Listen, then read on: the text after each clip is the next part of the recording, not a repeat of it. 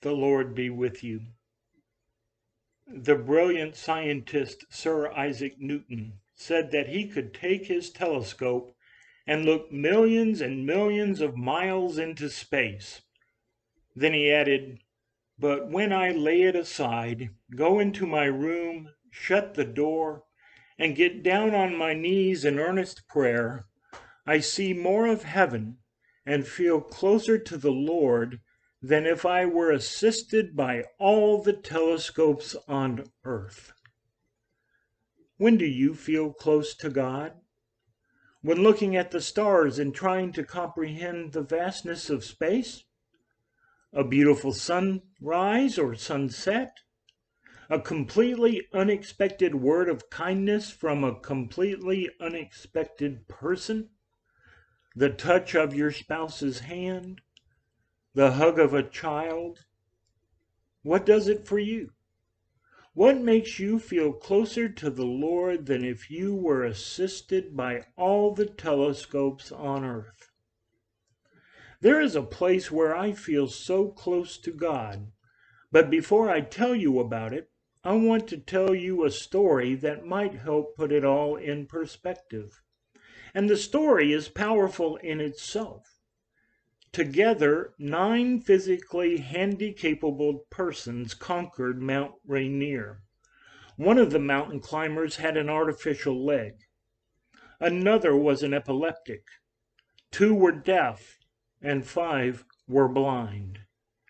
Despite their handicap abilities, these 9 persons successfully negotiated the 14,000-foot climb and got back down again. 28,000 feet. You figure out how many miles that is.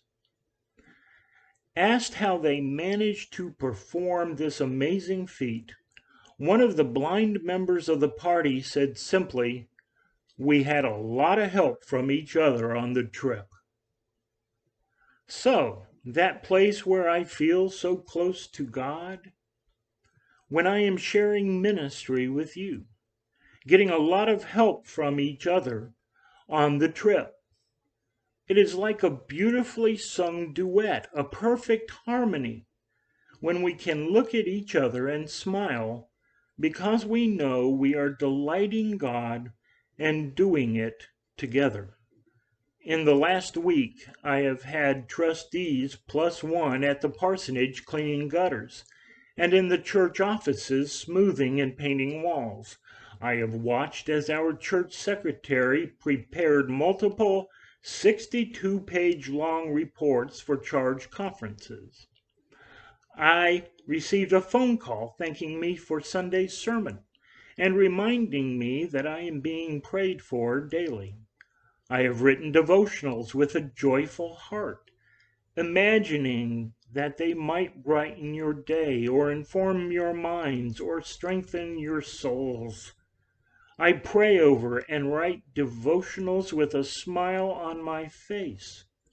When I come up with just the right words, when I listen to the Spirit of God bumping around in my heart, I think to myself, oh, they're going to like that. Or someone's going to be helped by those words. I can feel it. People have come in to count our tithes and offerings. Meals have been shared. Members of our church family came to the church just to make sure I knew of surgeries and procedures being done, so I could pray for them and invite you to pray for them. When we share ministry together, I feel so close to God, closer to the Lord than if I were assisted by all the telescopes on earth. That is why I am so excited to be a part of Spray and Pray this year. Last year's Spray and Pray left me with such beautiful portraits that I hope never leave my head. Portraits of cars being washed, church people jumping on running boards of trucks to pray with the drivers before they left our parking lot, standing with strangers in a small group, hearing some of the most heartbreaking stories, and praying together to offer comfort and the power of God.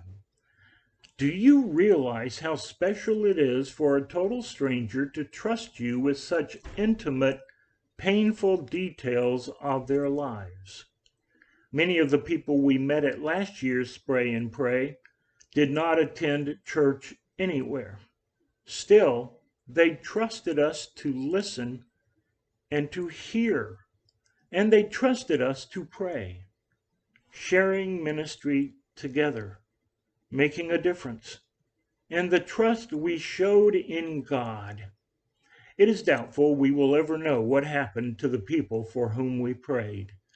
But we trust God. We know God heard and we know God acted, may still be acting.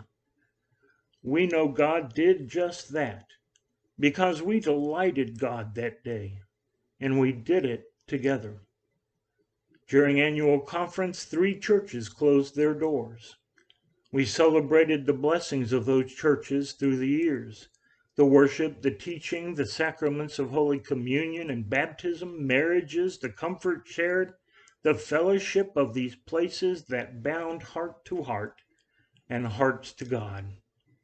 So many good years of great ministry. And we celebrate too our ministry. Our fellowship continues. How much glory has been given to God through Aldersgate. How much more glory is yet to be given to God through Aldersgate. When we are together, it is then that I see so much more of heaven and feel so close to God. Amen.